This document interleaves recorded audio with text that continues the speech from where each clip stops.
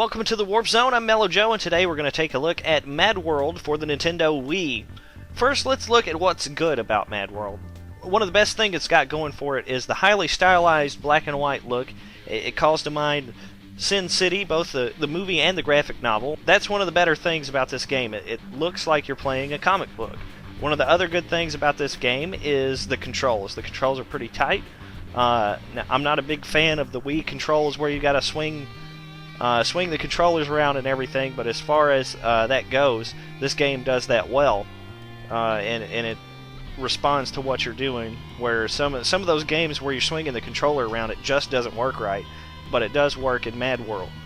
Now, on to the not so good about Madworld. It's a game of violence for violence sake. I'm playing this game, and it should be awesome. There's a guy that's got a chainsaw attached to his arm, and you get extra points for doing even more gruesome kills. You get bonus points if you string it together, like stuff him in a trash can and stick a signpost through his neck. It should be so awesome, but you know what? It wears thin really quickly. You can argue that, oh, there's so many different ways to kill people, but you stuff them in a trash can, or you stuff them in a barrel, or you stick this in their neck, or you stick that in their neck. It just gets old after a while, especially with such a weak story. That's one of the other bad parts about Madworld.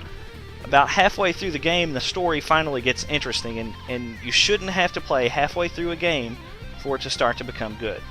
The story's trivial, and it's second rate. One of the other things that really bothered me about this game is the play-by-play announcers. Now, it does help add to the arcade feel of the game, but that also wears thin even faster than the gameplay because they use the same dialogue over and over. It's Greg Proops from Whose Line Is It Anyway, and John DiMaggio, who you may know as Bender from Futurama. And the first time they deliver any of those lines, it's actually pretty funny, but once you've heard the same dialogue 15 times in 3 minutes, it's just not funny anymore. The AI is laughable through the first half of the game. They do nothing while you murder them helplessly. I like what they were trying to do with Madworld, but it just doesn't live up to the hype.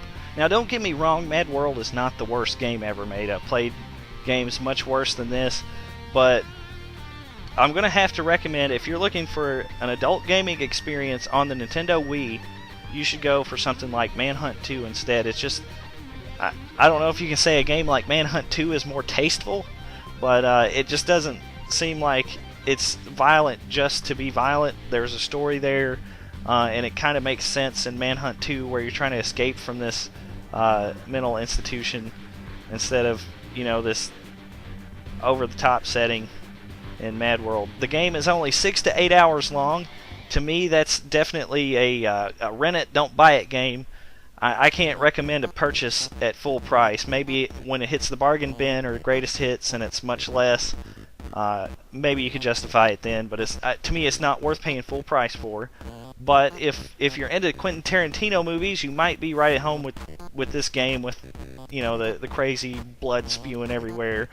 But if you like good video games and good gameplay, you might want to steer clear of this one. Once you play through, you probably won't pick it back up again. And that's about it for Madworld for the Nintendo Wii. Next time, we're going to be checking out Leisure Suit Larry box office bust for the Xbox 360. We've got more where this came from, www.amplifier.bgdailynews.com. That's the Amplifier online for more video game news, as well as music, arts, and more. That's it for today, and until next time, for the Amplifier, I'm Mellow Joe.